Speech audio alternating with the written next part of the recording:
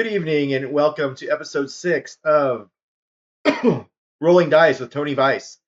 Tonight we're going to talk about initiative in a segment I call Scumbag GM. That's a nickname I got from my Tacoma group many years ago for telling them not to do things and then doing them myself. So it's a lot funnier when you hear the stories from them.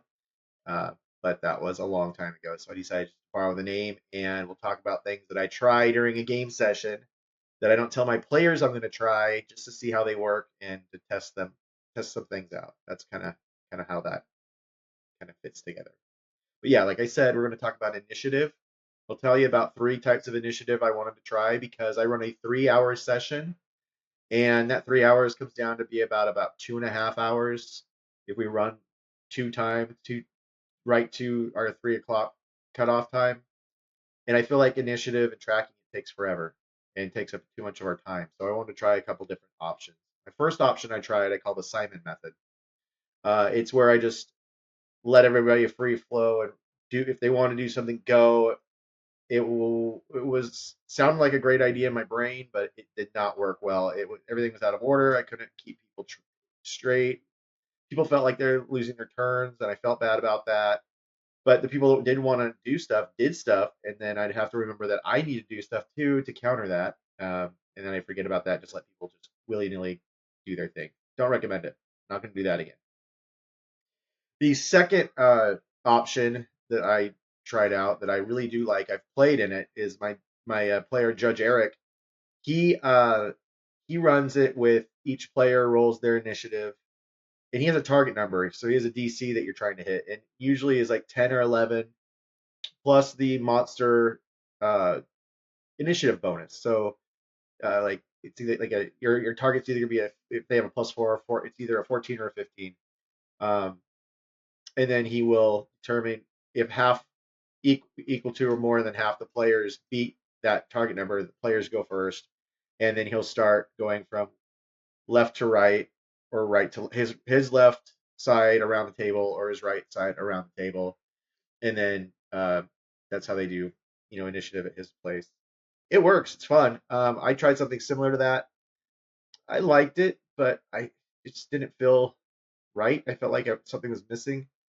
I couldn't really figure out what it was until uh, I was on my way home from our last session Tuesday, and it hit me. I'm like, oh, the next thing I was going to try at my session in 2 weeks, week and a half now, was to use the old basic expert. Both sides roll an initiative, and you know that's how you determine initiative. But do it every round, and that kind of felt like it would defeat the purpose because then I'm also adding more time, rolling more initiative, even though it's just one on one.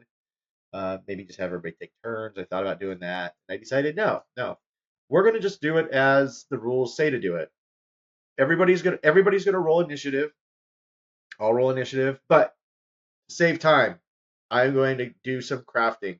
I am going to get a big piece of felt, put some twine on the end so I can just hang it on the bookshelf at my buddy's house that we play at, and I'm going to get some Velcro and make little patches that go on the felt that stick to the felt, and that way I can just slap them up there when I know where everybody's at and just rearrange them really quick. So I don't have to sit here and write everything down and try to keep track of it that way. I feel like that's going to be a good solution, um, but I won't know until I give it a try, and I will report back when we do our next segment of Scumbag GM. This is a short video. The one last thing I want to talk about is my Zine Quest Kickstarter ends tonight in about 3-4 hours. We got to 300% of our original goal that we were trying to get to, which I'm ecstatic about. That's crazy. I never thought that would happen. Um, editing and layout, no, not editing. Layout and writing is still continuing. Editing will be coming after the writing's done, obviously.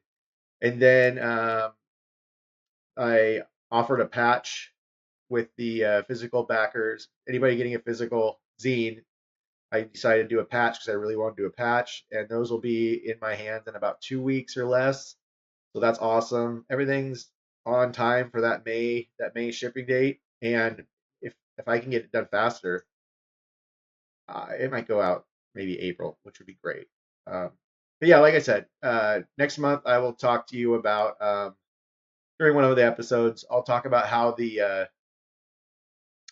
Felt Initiative homemade tracker goes, and uh, uh, keep thinking I forgot something, but I think so. If you have any questions or comments, leave them below. Um, if you haven't subscribed, subscribe. I always like to see those subscriber numbers go up, and I like just kind of chatting and getting more comfortable doing this kind of stuff, which is kind of fun. So it gives me something to do. So I hope you guys are having a great end of your month. Today's the 28th of February. So hope to talk to you soon. Have a great one. Thanks. Bye.